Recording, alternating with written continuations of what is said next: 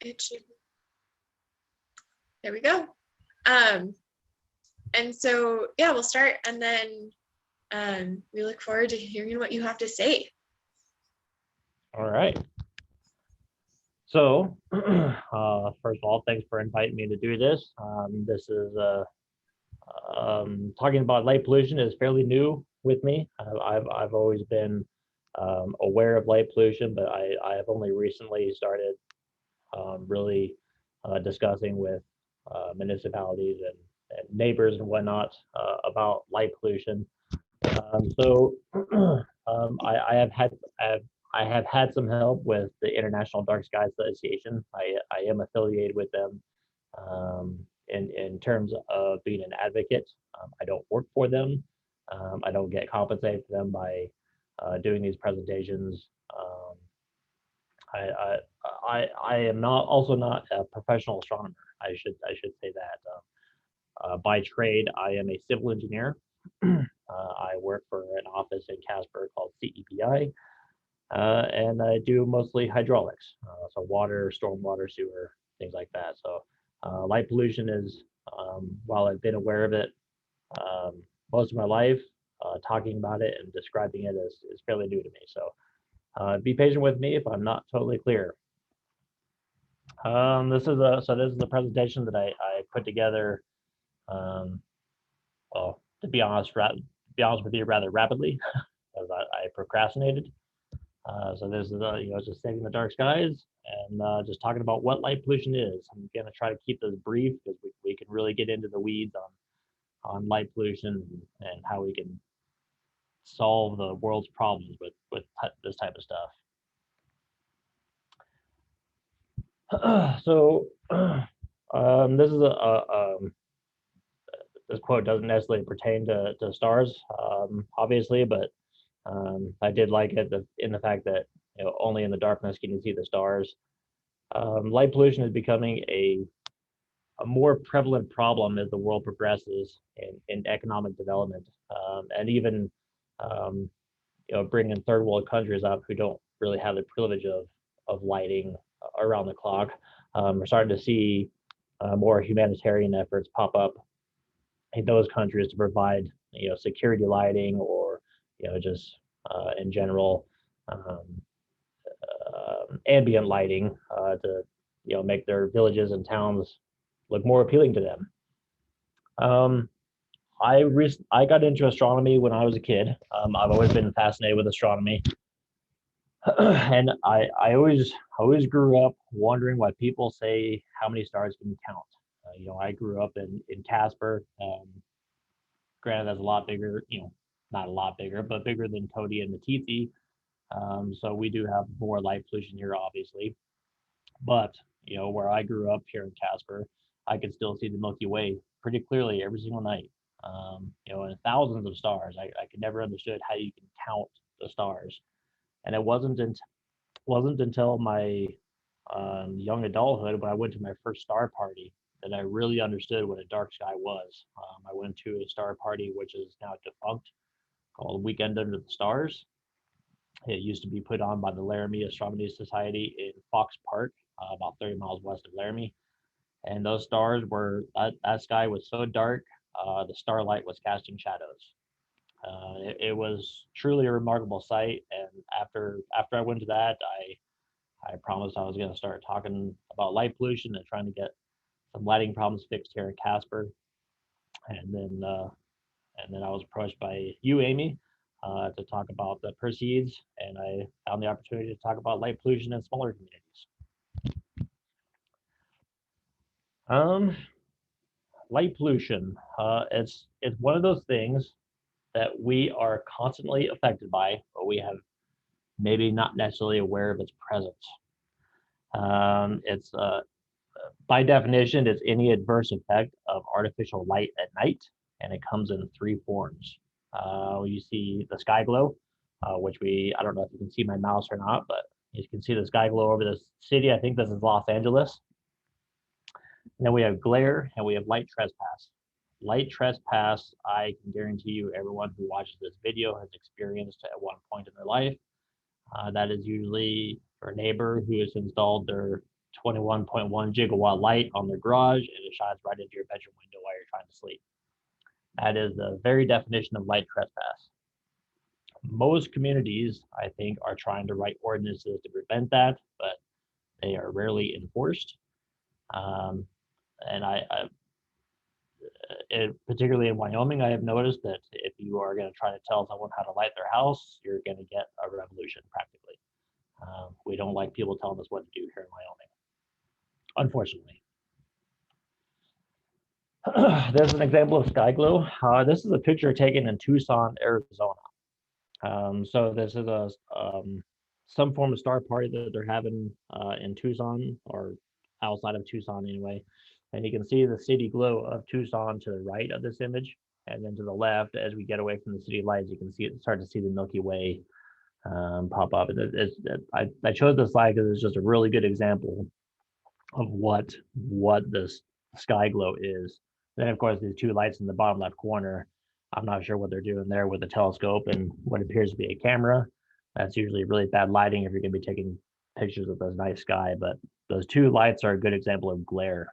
It consumes, when you have so much lighting that it just dominates the picture or your surroundings, it's typically too much light. This is glare. We've all experienced this too, usually with people who have their high beams turned on in their cars. In fact, I think that's what this picture is of a high beam in a car. But people have a really, and cities, municipalities, a lot of people have a real problem with installing lights that have this problem right here. Street lights used to be notorious for these. It's just way too much light that's pointed not where it's supposed to go, and it's just shining out in all directions. And then when a driver goes down the street or walks past a house with a floodlight on there, they're blinded, quite literally blinded.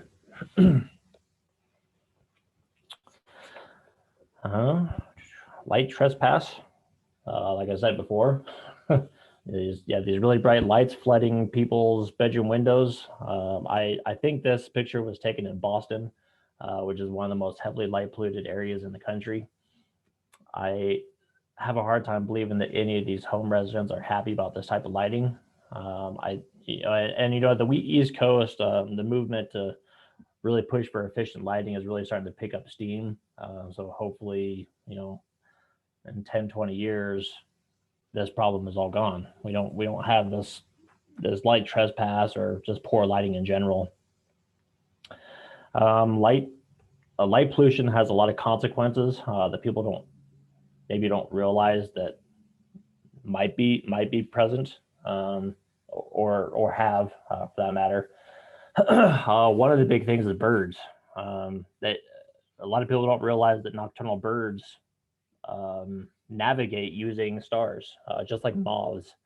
Moths are the same way. That's why they get surrounded by these bright blue lights, street lights, and they're just circling it all night long because they think they not necessarily think that it's a star, but they're confused by the bright light. And since nocturnal birds and other insects use celestial navigation, when we have poor lighting and bright blue lighting, they get confused and they just circle the light.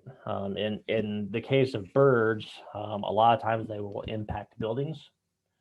Skyscrapers are a big target for birds. If they don't impact the building and kill themselves, they just circle it all night long until they're so exhausted they can't fly. It opens them up for all kinds of problems, versus, exhaustion being the biggest one. Instant death by impacting the building. And then if they do survive, they're so tired they can't defend themselves from predation. There is data that estimates that up to 100 million birds are killed every year because they impact buildings because of false light, improper lighting. Another animal that's seriously affected by poor lighting. I didn't think it was relevant to include in the slide, but include this presentation, but I will talk about sea turtles, being an endangered species. Humans and zoologists are trying to protect the species the best they can. And sea turtles, as soon as they come out of the egg, are guided towards the ocean. They look at the reflection on the ocean or see wherever they're headed, caused by either the moon or stars, and they know that's the direction they need to go. Now, how they know that, that's a question for another topic altogether. But the fact is they do use celestial navigation of some sort. And if they hatch and walk towards the skyscrapers and bright buildings, they are inevitably walking towards their own death. Trees, a lot of people didn't realize trees are affected by light pollution. They will bud out earlier and lose their leaves later because of artificial lighting. It doesn't take a rocket scientist to understand what kind of problems that could have, particularly in Wyoming. We have harsh winters here and long winters here. So our trees, the trees that are native to Wyoming, they typically lose their leaves end of September, beginning of October, and then they're dormant all winter long until March, April, sometimes even May. But if we have this lighting that's tricking the plants, the trees into thinking that there's more light, they are going to stay awake longer into the winter, and it could cause some serious problems with winter kill.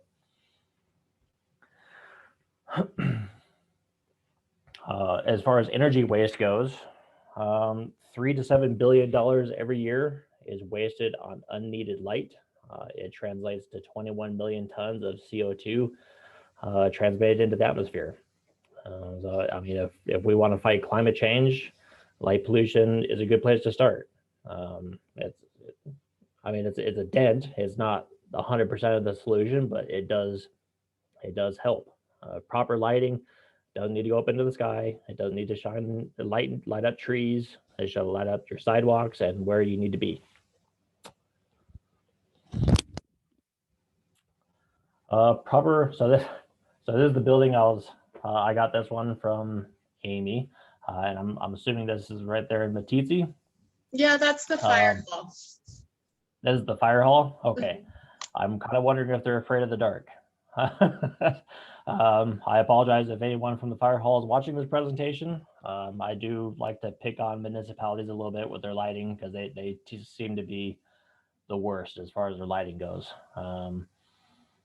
So proper lighting guidelines, only be on when it's needed. I don't see anyone in that parking lot. There's no trucks or anything. So why that much light is on that building, I don't know. Only light the area that's needed.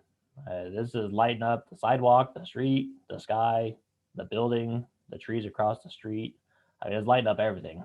And what they should be worried about is lighting up, their entrance ways, maybe a sidewalk right in front of their building. I understand the need for security, and everybody needs to understand the need for security, but this might be a bit extreme.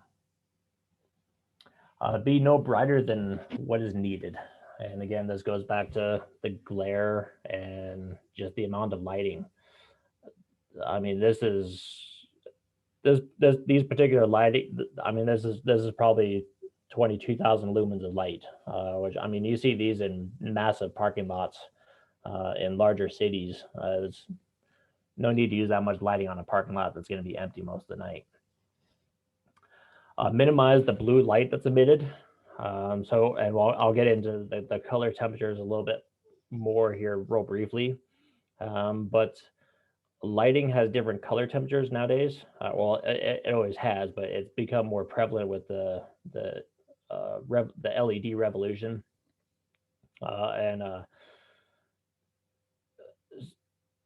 So the bluer the light, the more intense the light is.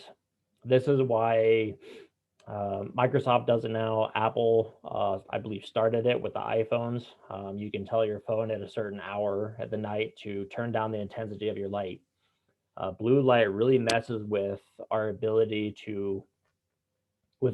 ability to recognize when it's nighttime and when it's time to go to sleep.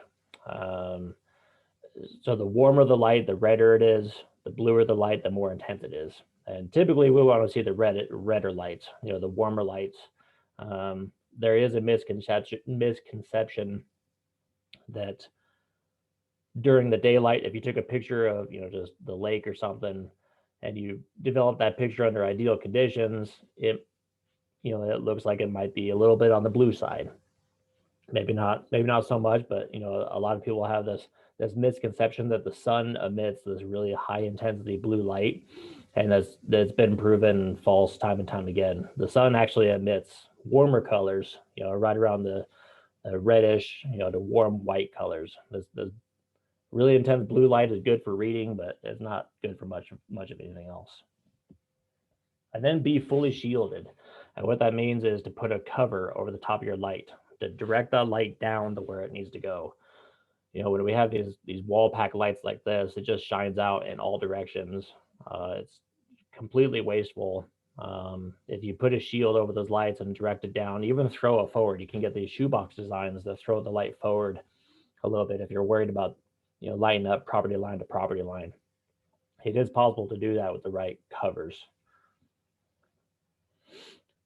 And then this was, I counted 7 wall packs on this building alone, and I'm guessing there's more on the side that I can't see and the back side of it.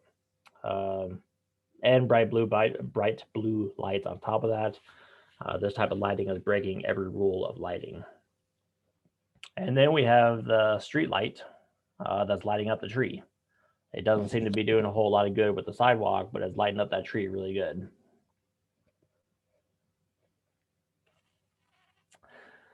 And since we're talking about glare,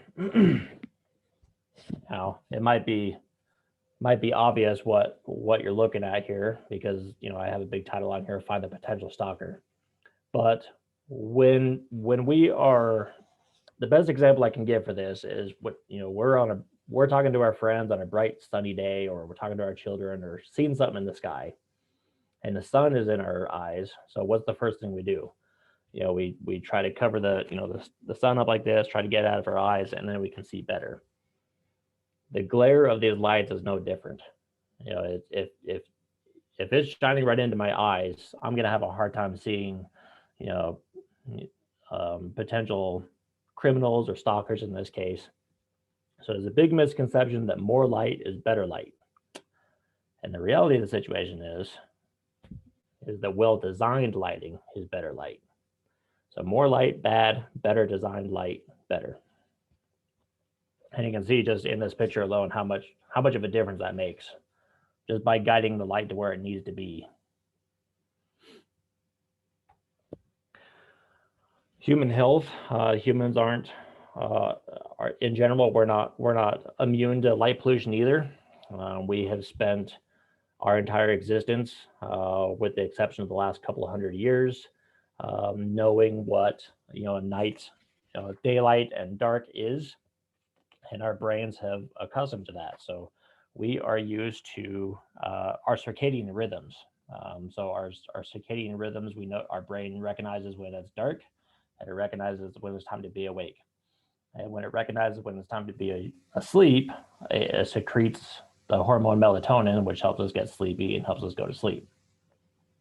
In the day, when the sun comes up, no more melatonin, we're wide awake, we're ready to do our activities. But when you have these cities just full of light pollution, just 24 hours a day light, it's creating a problem of insomnia, more or less.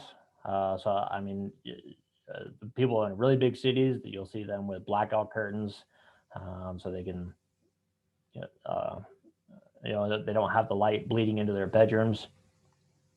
People with vision problems, blind people, seeing impaired, they will have similar problems, but for the opposite reason. Their brains don't know when it's daytime, so they're just, they have these really long cycles. Their circadian rhythms are always just recognizing as dark. So they have these really long days, and then they end up with insomnia. And then, like I said, it's reversed with the light pollution with people who can see. There's also evidence to suggest, and some long-term studies that are suggesting that light pollution is increasing your chances for getting cancer, specifically breast cancer in women and prostate cancer in men.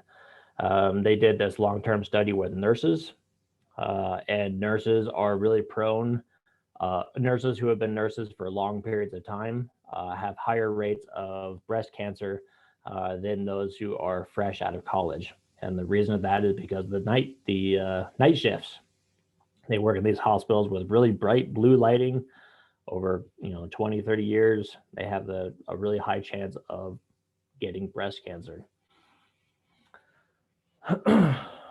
And then this is the lighting. So this starts in the mid 70s and then moves over to a prediction of 2025. I don't know if I can pause this or not. Oh, I don't think I can pause this, but it starts in the 70s, light pollution, and then you can just see as it grows and grows and grows. And by 2025, they're estimating what Europe looks like now. Hopefully we can get that under control before it gets this way. And then how dark are your skies? And I actually will be measuring that when I'm up there for August 13th. I have one of these dark sky meters. They're usually measured in arc seconds per square meter. And what that is, basically take a candle. You light a candle and you set it so far away from your meter, and then you measure how much light is coming from that candle. These do the same thing except with a star. So they take a star, or a really dim star, whatever one it can see, and it calculates how much light that particular star is dispersing into our atmosphere. Ideally, we want to see a Bortle 1. That's the premium conditions. Obviously, that's not going to happen in today's world, mainly because of lighting. But I was looking on light pollution maps, which is, so this came from light pollution maps. And I was looking on light pollution maps for Matitsi and, where we're going to be doing our per-seed viewings, where I'm hoping to get at least a Bortle 2, which we should be able to see shadows cast by starlight under those conditions. So hopefully we're going to have good, clear night sky. Only 2 out of 10 people can see the Milky Way. That is 99% of the USA and Europe live under light polluted skies. And this right here, this blew me away. When I talk to my relatives, in California about what the Milky Way looks like, they've never seen it. And it's never occurred to me until I really started digging into light pollution and how to stop it.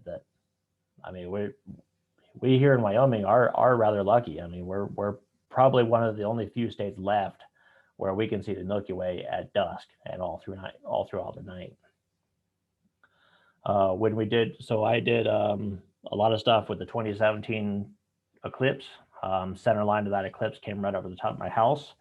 But I was, really involved with the AstroCon that was here in Casper, and a lot of people come from the East Coast to see that. It surprised me time and time again. I would take these people from the East Coast out to, just behind Casper Mountain, where it's not the greatest skies in my opinion. I can still see Casper's light dome from behind our mountain. But you can see the Milky Way, and it just blew these guys on the East Coast away. Like they've never seen such dark skies before, right? And in their opinion, like the suburbs of a bigger city. So something to keep in mind. When you stop seeing the Milky Way, we need to start fixing our light pollution. This is a fun story. I like to tell this one a lot. At public, at all sidewalk astronomy. So back in 1994, I believe it was, LA had an earthquake, pretty big earthquake, and it knocked out their entire power grid for 24 or 48 hours. I can't remember how long it was, but for 24 hours, for at least 24 hours, they had no light.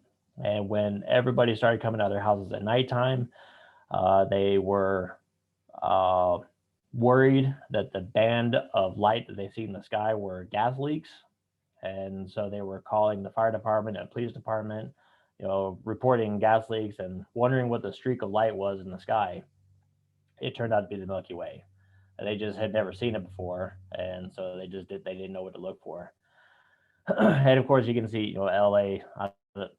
Anyone who watches this presentation, if they've been to LA lately, last time I went was a couple of years ago, and it's insane. As I remember going to LA when I was a kid, going to visit my grandparents. They lived in San Francisco, but then we would go down to the San Diego Zoo or whatever, which is is quite a drive from San Francisco. And I remember as a kid, that there was a good solid 3 to 4 hours drive of nothing. I mean, there are no cities. I mean, it's just a highway with open road and trees and the ocean around you. I went back to San Francisco a few years ago, and flying into San Francisco, I could see from San Francisco to LA just solid development, just nothing but light. And I couldn't believe how much it developed over just 25 years. I think since I've been back there, and now it just keeps growing. And like I said, everybody has this misconception that more light is better light. It's more secure. The city of Chicago has intentionally done that. They have intentionally overlit their city. And if you find pictures of Chicago online of their light pollution, I mean, it's lighting up the cloud tops. I mean, it is crazy how much light they have. And I think in our this year and last year in particular, I think you can make the argument that more lighting most certainly does not stop crime. We seem to be on the rise for violent crimes. So if Chicago intentionally did that, then that test failed miserably.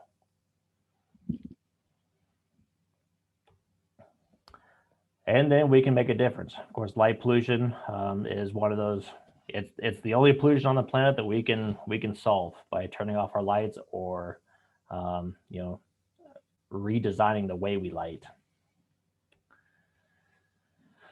And again, here has a simple solution: better lighting design. I should point out that as an advocate for light pollution, I'm not saying that we don't need light. We all need light. We need it for wayfinding. We need it for security.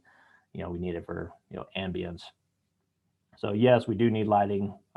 Anyone who works for the IDA or represents the IDA, they'll tell you first thing, we're not saying turn off your lights. We're saying direct your light down. Design it better so that it's not lighting up the sky. And this is one way of doing it. Shielding. Saying back with the fire hall with that picture before. In this picture to the left, you can see all the glare. And then they installed shrouds over the lights, and you can see the drastic difference it made. I mean, it's still serving the same purpose, but now you're not lighting up the sky. You're lighting up what needs to be lit up. And you're always going to have some reflective light. I mean, you're not going to get away from that. Asphalt is reflective, concrete is reflective. So you're always going to have some light bouncing back up into the sky. But the goal is to minimize that. And if you have these really bright lights that bounce off of every solid surface that you have, it just amplifies the problem. And then this is a picture, just a graphic of how you can fix the lighting on your house if you have poor lighting. This first picture on the left is your light trespass. We've all had that one neighbor who has their floodlights on all night long, and inevitably they're going to shine into our bedroom or our living room, and we're going to close our curtains because we're tired of looking at the light. An easy way of doing that is put a cover over your light. Don't turn your light off. You can keep it on, but just put a shroud over that so it directs the light down instead of out. 3,000 Kelvin lighting. I don't know what happened to my slide before this. Maybe it's after this, but the temperature of the lighting, I mentioned it earlier. The lower the number, the more red the light is, and the higher the number, the more blue it is. Bluer light has a tendency to, number one, attract insects and other critters, other nocturnal critters, in addition to keeping humans awake. I mean, again, this is why your cell phone has the ability to go into night mode. It turns more red at nighttime if you want it to, so that when you're sitting in your bed, browsing the news or whatever, you still have the ability to get sleepy. If you have that blue light shining into your eyes all night long, you're gonna have a hard time going to sleep. Unnecessary lighting. I would argue that the picture on the bottom is maybe a bit excessive for a house. There's no need to have floodlights on the peaks of your house and floodlights at the porch. Um, Again, and again, this is recipe for stalkers, is what it is. You have this much lighting, you're creating shadows when you do that, and shadows are good places for stalkers to hide out. And peeping toms, a good example. They like bushes in front of your house because they don't get lit up. So again, at the top of the picture, one light that points down, lights up your door. It's really all you need. Does your lighting have full cutoff covers? Again, it goes back to the glare at the very start, except this one is similar to those those old school street lamps that we're used to seeing, the bright blue sodium vapor lamps that they don't really have any kind of shroud, and they just light up the sky in all directions. So just put a cover on there and direct the light to where it needs to go. And then the last picture is one of my favorites. Do you have dusk to dawn lighting? There's again, lighting is we need it for security, but do you really need it on all night long? Can you put a sensor on your light so that it only turns on when it recognizes movement? Does it need to be 5,000 Kelvin, 300-watt light bulb? Maybe you can get away with a simple LED bulb that points down, that recognizes movements of humans. Those infrared sensors are getting pretty advanced in this day and age. I mean, you can get security alarms that recognize when your dog is walking across his path versus your daughter or a stranger. So I would venture to guess that lights are approaching the same type of technical nature. Well, here's my temperature scale. So the correlated color temperature, you see this on every light bulb that you buy, just about nearly every light bulb you buy nowadays. It's usually really small print, so you have to really look for it.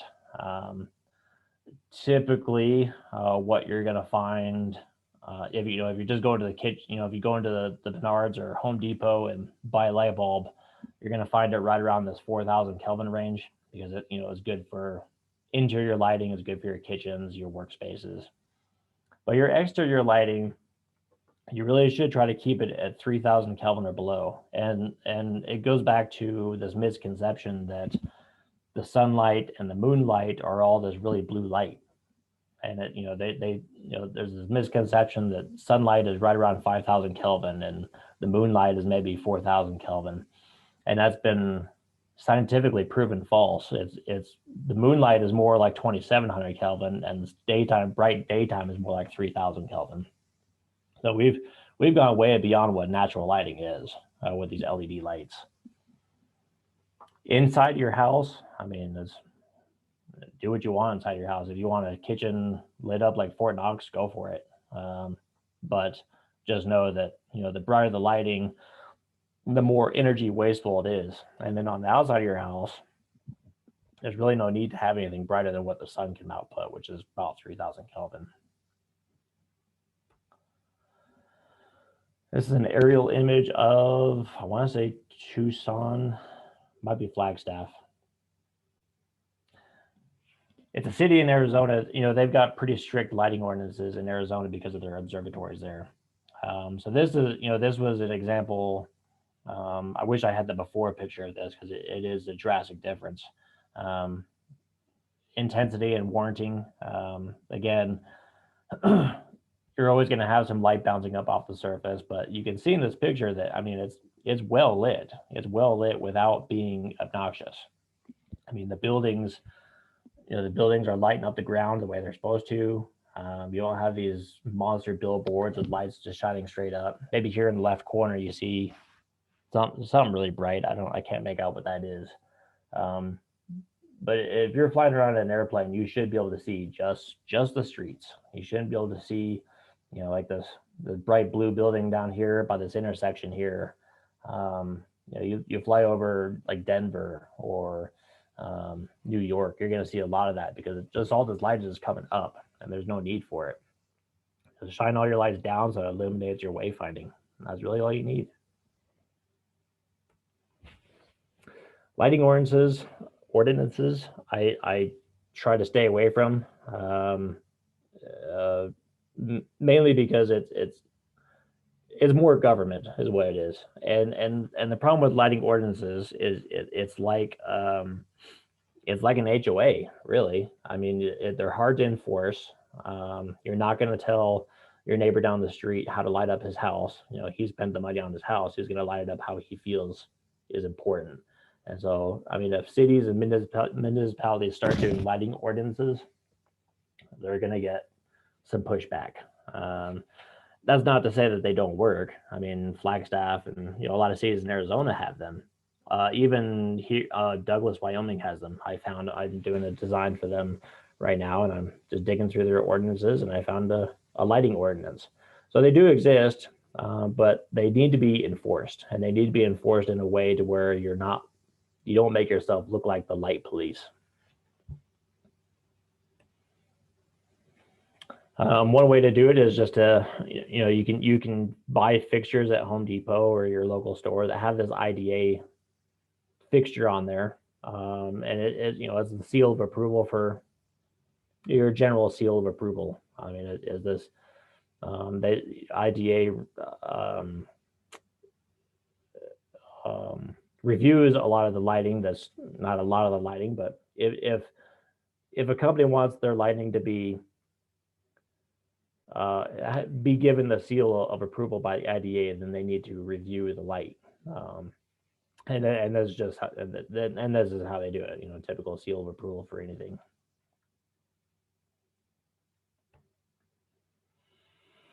And then who we are, the International Dark Sky Association, or IDA.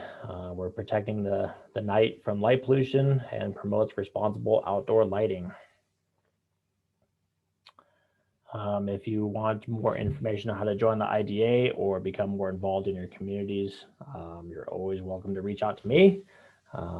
Amy has my email address, and I can send that to you again if you don't have it, Amy. But I am more than happy to talk to anyone about what they can do for their communities, or help you get involved with IDA so you can start your own chapter or whatever you want to do. And that's about it. So if anyone has any questions, I am more than happy to share or answer. I have a question. Are there benefits, aside from obviously it's less cost expensive, but do airlines and things like that have any ordinances or input on lighting stuff? Because like flying at night, stuff like that. That's a really good question. I will post that question to the IDA, the upper guys who've been doing it for a long time, see what their thoughts are on. But that is a good thought, because if you're going to be around an airport, if they're coming into the runway, and if they can't see their runway because of all this other light around it, that's a good question. I'll ask that question and get back to you.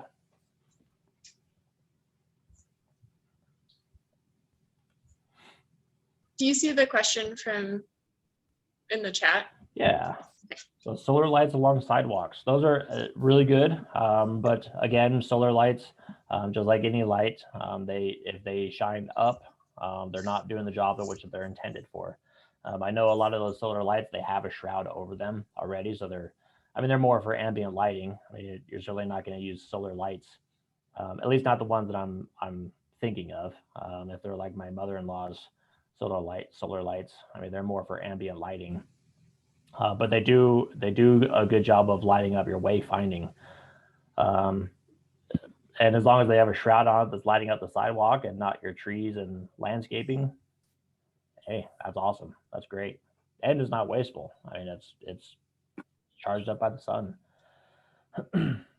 How do- question you should ask it? Yeah.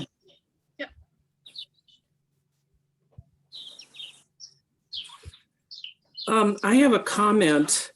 Those of us who live in this area belong to the Bighorn REA, and Bighorn REA just sent out a survey, and there was nothing in the survey that addressed dark sky lighting. But a few years ago, when attending a meeting, we asked them about it, and they said, "Oh yeah, we don't really do that."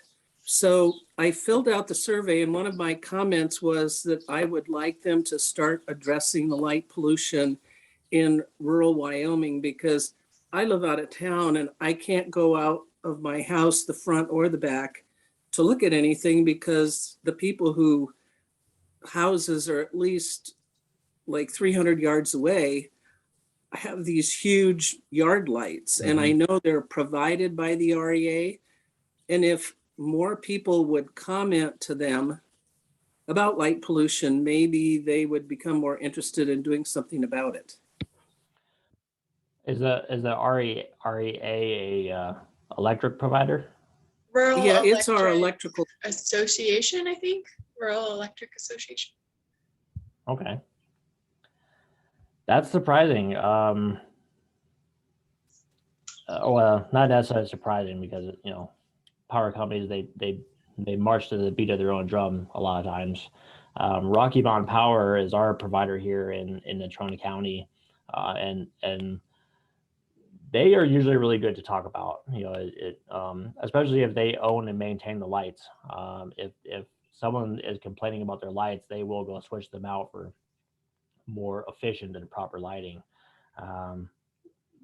So in terms of Rural Electric Association, or REA, that kind of surprised me. If they own those lights, that surprises me that they don't want to invest in their own infrastructure to be more efficient. Every company would want to be more efficient, cut costs where you can without reducing your customer availability.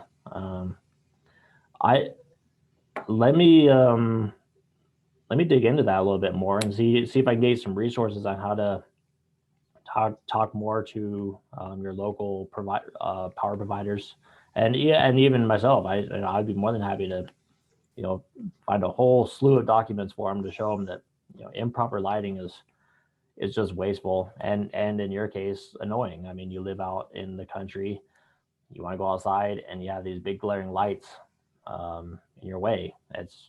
No one wants to see that. And you could make the question of, is it warranted? If you live out in the country, what's everybody worried about? If a stalker or a criminal wants to walk 30 miles to the closest home, I guess more power to him, right? He's going to get caught one way or another. But I think they're worried about vandalism. And in somewhat in their defense, when we brought it up, they changed the light from a mercury vapor light on the neighbor's property to a low sodium light. Okay. But when we asked about dark sky lighting, they didn't seem to, they said, well, there's really no interest in our area. And right now, every member of that co-op has received this survey. So if those of us if you comment, you could bring up dark sky lighting, and maybe if they get enough comments from users, maybe it's something they would look into along with any help from you. Absolutely. I'd love to help out with that. Another on that front, on that same hand, one thing I didn't mention in this presentation was astrotourism, which is a growing industry. With the spread of light pollution, it's getting harder and harder to go find a truly dark reserve. There are a handful of them on our side of the country. Bryce Canyon used to be the darkest spot in the country. It no longer is. And that's in the southern tip of Utah, I believe. I know it's in Bryce Canyon is in Utah. I just don't know exactly where it's at. I just came back from Idaho for a vacation, and the Sawtooth National Forest up there is a dark sky reserve, and I mean they promote that heavily in Idaho. I mean the camping up there is intense. I mean it's you open those mountains and there's campers everywhere, and they are very, very strict about their lighting, and it works. I mean it's a way to bring in a tourism industry into your state. I mean it's from my perspective, if I want to go camping, I'm going to go to like Yellowstone or the Bighorns.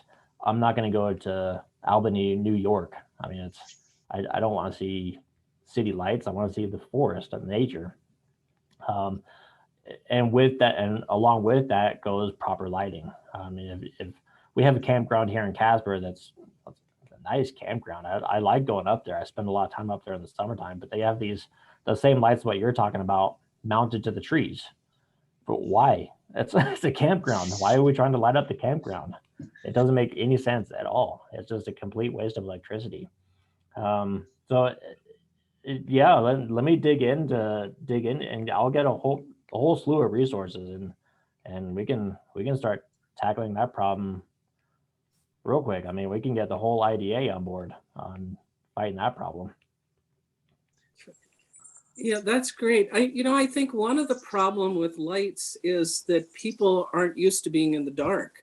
Yeah. And people don't like to be in the dark. And even when you go camping, people seem to bring their little solar lights and put them all around their camper. And it's they feel insecure because it's dark, which is unfortunate. It's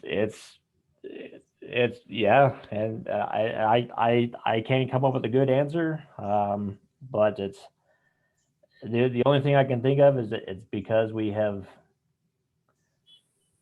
become so accustomed to light every hour of the day that when we do see finally true dark, we don't like the feeling. And I mean I will admit too. I mean I've been up camping, the Green Mountains, just south of Natrona County, about 40 miles south of Natrona County. It's actually kind of by Independence Rock.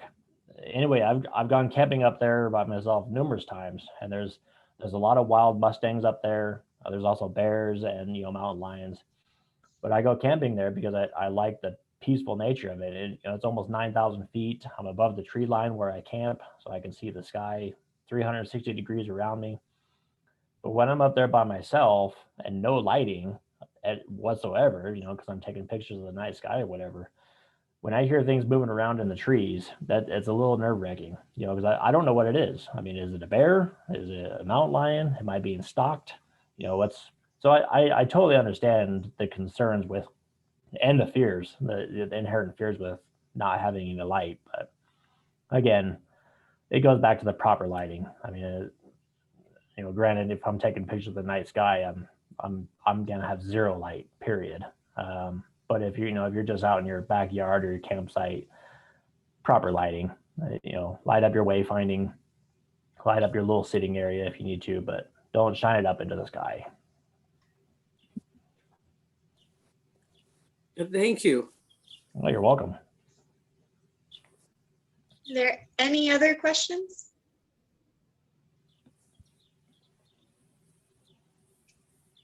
Well, thank you, Alan. That was really informative and interesting. Thank you. And then, so I'll be in Meeteetse, the Lower Sunshine Reservoir, correct? Yes, Okay, so on August 13th. August 13th. So we are going to miss the peak hour for the Perseid meteor showers because they peak the morning of August 13th, but we'll still be able to see a good number of them the night of August 13th. So, I mean, the Perseid meteor showers are already underway, and they will go until the end of August. But that, there's that sweet spot of when the Earth is passing through the dust trail. So if you do plan on going to Lower Sunshine Reservoir, bring warm clothes. We're not going to be doing a whole lot of moving around, and you'd be surprised how cold you can get just, sitting, even though it could be 100 degrees at nighttime, but you'll feel cold because we're not doing anything. Bring some bug spray. I don't know what the insect population is like in Meeteetse right now. In Casper, a lot of the farmers have just hayed their fields, and it is insane. I mean, it's a bug swarm. I don't know when the farmers in Meeteetse cut all their hay down, but August seems to be a popular time of cutting hay around here. So I'm guessing it's the same up there. Yeah, we just cut a bunch of Bug hay. spray, warm clothes. What's that? They just cut a bunch of hay. They cut it earlier this year, so. Okay. And then a lawn chair and a blanket. Obviously you can bring, just like a sleeping pad or whatever to just lay flat on the ground. A lot of people like bringing lawn chairs. So I'll have my telescope there. I am trying to get a couple of more. I put out the word that I'm going to do this. So hopefully we'll get some people from Montana or South Dakota to come up and help. If I end up being the only guy there, we'll probably end up, using the telescope to look at some of the brighter objects. We'll look at a galaxy, a nebula or two, the planets if we can see them. I know Venus is out early in the evening. And Jupiter and Saturn come up after midnight, I think. So we can look at those as well.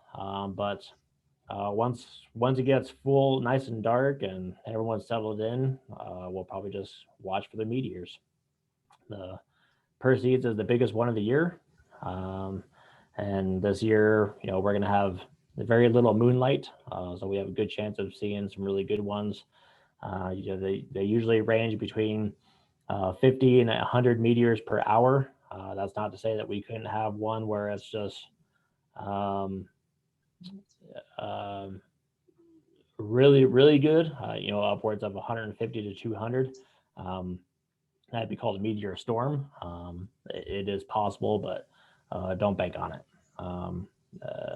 Usually between 50 and 100 meteors per hour. And then the Perseids will have some really good fireballs, typically. So we'll get these meteors that streak all the way across the sky, and the tails stick around for a few seconds, so we can really see them. The last brightest one I saw a bolide, which is it's bigger than your typical meteorite.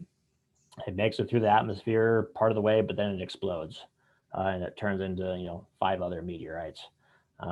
Those are really cool because it was really silent. You can almost hear that boom from it exploding. So we'll keep an eye out for those, and hopefully we'll have a good time. Looking forward to it.